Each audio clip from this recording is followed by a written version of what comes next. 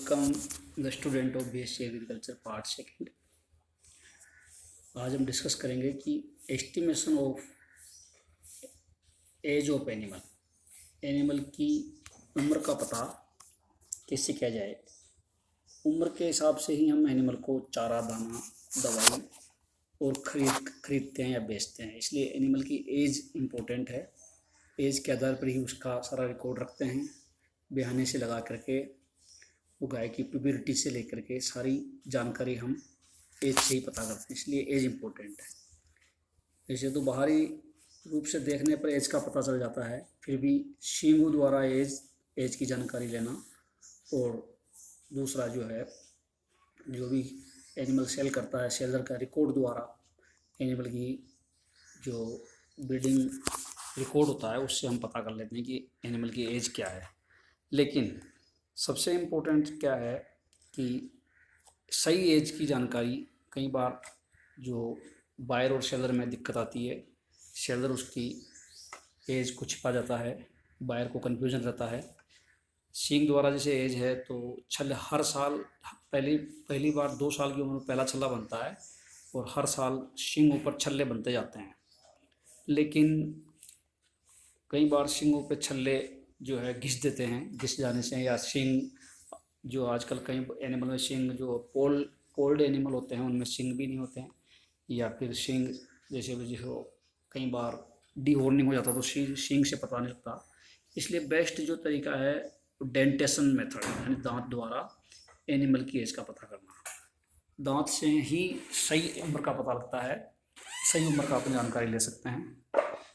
तो पहले हम देख लेते हैं कि एनिमल में दांत किस किस तरह के होते हैं। एनिमल में मुख्य बात यह है कि एनिमल का जो जबड़ा होता है वो जबड़े में नीचे के ही इंसिजर नीचे के ही जबड़े में होते हैं। ऊपर वाला जबड़ा खाली होता है, उसको डेंटल पैड बोलते हैं।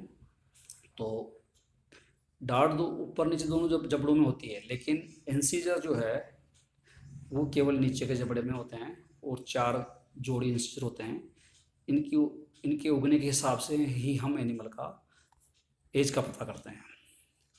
अब ये कुछ इंपॉर्टेंट टर्मिनोलॉजी है, जैसे कि एल्वियोलस मतलब होता है जो जहाँ पर एनिमल के दांतों की जड़ें जाके रुकती है, जहाँ उगते हैं दांत, वो एल्वियोलस कहलाता है। कैनाइन जो चीर फाड़ करने वाले दांत हैं वो कैनाइन कहलाते हैं। डेंटल पैड जहाँ हार्ड पैड जो अपर जा जो रहता है ऊपर वाला जबड़ा, वो हार्ड पैड कहलाता है। फिर है फुल माउथ एनिमल, जिसके सारे परमानेंट और टेम्पररी सारे दांत आ जाते हैं, वो फुल माउथ एनिमल कहलाता है। इंसीजर जैसे मैंने बताया वो टीथ जो एकदम होंठ के नीचे रहते हैं इंसीजर कहलाते हैं।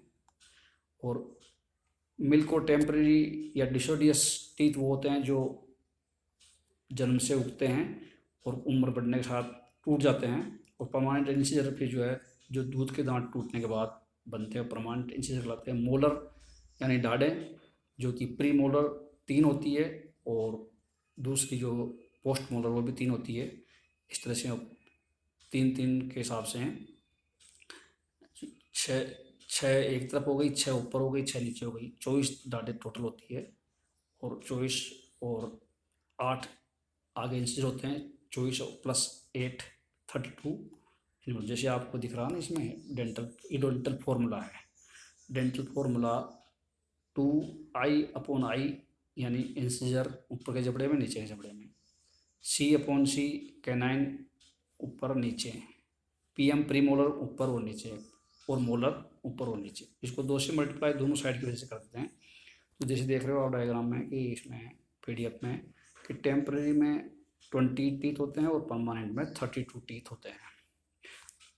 ये उगने की जो उम्र होती है, इनकी उगने की उम्र के हिसाब से ही हम इसका पता कर लेते हैं कि ये कब कितने उम्र क्या है। क्योंकि जो पहला इंसीजर है वो जन्म के समय होता है और फिर उसके बाद में इंसीजर समय के साथ में उगते जाते हैं।